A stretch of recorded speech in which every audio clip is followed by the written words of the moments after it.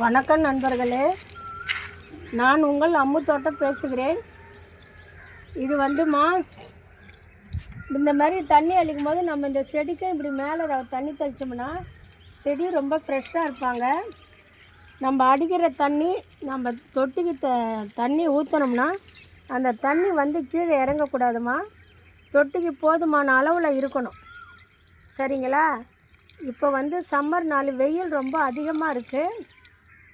அதனால் இப்படி ஊற்றும் போதே கொஞ்சம் செடிங்க மேலெல்லாம் தெளித்தோம்னா செடி நல்லா ஃப்ரெஷ்ஷாக இருக்குமா. தண்ணி ஊற்றுற இடம் வந்து எப்படி இருக்குது பாருங்கள், சிகப்பாக இருக்கா? தண்ணி ஊற்றுற சவுண்டு உங்களுக்கு கேட்குதா? இங்கே பாருங்கள், இப்படி தான் பாருங்கள். இதெல்லாம் சங்குப்பூமா, அடுக்கு சங்குப்பூ. இது மேலே கொஞ்சம் தண்ணி தெளித்தால் நல்லா இருக்குமா. அடுக்கு சவுண்டு பாருங்கள். இது காலை நேரமாக, காலை ஒரு 7:30 ஆகுது. ஆனால் இன்றைக்கி இன்னும் வெயில் வரலை. கிளைமேட் ஒரு மாதிரியாக இருக்குது. நம்ம இப்படி தண்ணி தெளிக்கும் போது செடி மேலேயும் தெளிக்கணும். தண்ணி ஊற்றுறதும் ஒரு களமா தோட்டத்துக்கு. எப்படிம்மா களங்கள்லாம் கட் பண்ணு.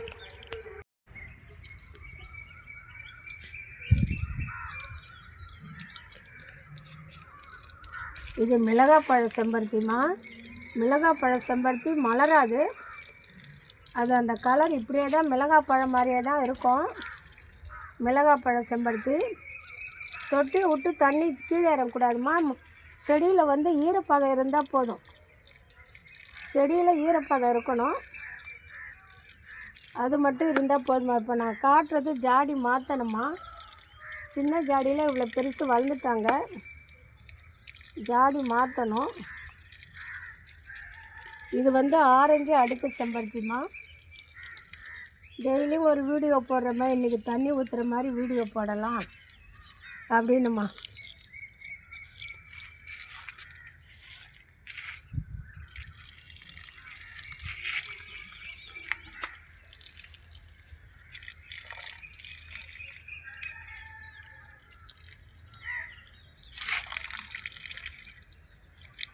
நேற்று இந்த செடிக்கு தண்ணியே காட்டலைம்மா. ஊற்றல் ஞாபகமாக போயிட்டோம். அப்படியே இலையை பாருங்கள், வாடி போயிருக்காங்க பாருங்கள். இலை தெரியுதுங்களா? இலை கொஞ்சம் வாட்டமாக இருந்தால் இதுக்கு தண்ணி நேற்று ஊற்றலைன்னு அர்த்தம். தவறி போச்சு. நம்ம தண்ணி எல்லா செடிக்கு ஊற்றும் போது இதுக்கு ஊற்றின மாதிரி ஆயிடுச்சு.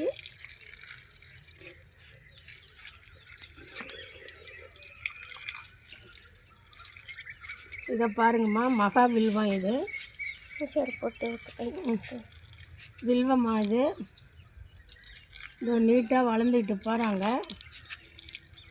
சரிங்களா? இது ஆரஞ்சு அடுக்கு செம்பருத்திமா.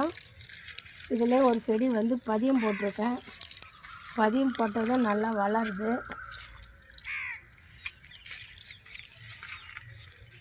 இது ரோஸ் பிங்க்கு செம்பருத்திமா. செம்பருத்திமா ட்ரம்மில் வச்சுருக்கேன்.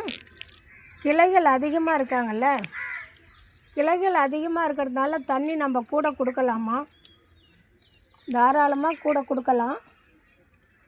ஏன்னா பெரிய கிளைகளாக இருக்காங்க, பெரிய பாத்திரத்தில் வச்சுருக்கோம். அதனால் தண்ணி கொஞ்சம் இது கூட கொடுக்கலாம்.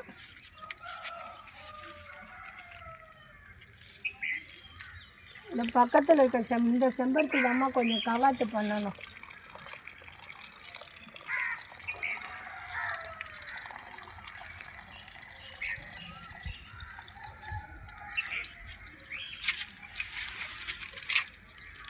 காலையில் 7:30 8க்குள்ளே செடிங்களுக்கு தண்ணி ஊற்றணுமா.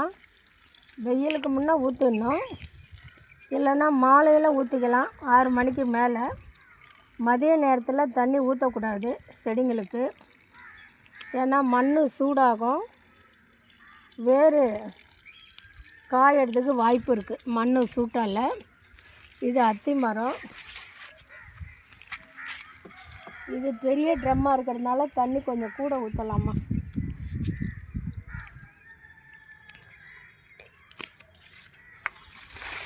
பாருங்கள்,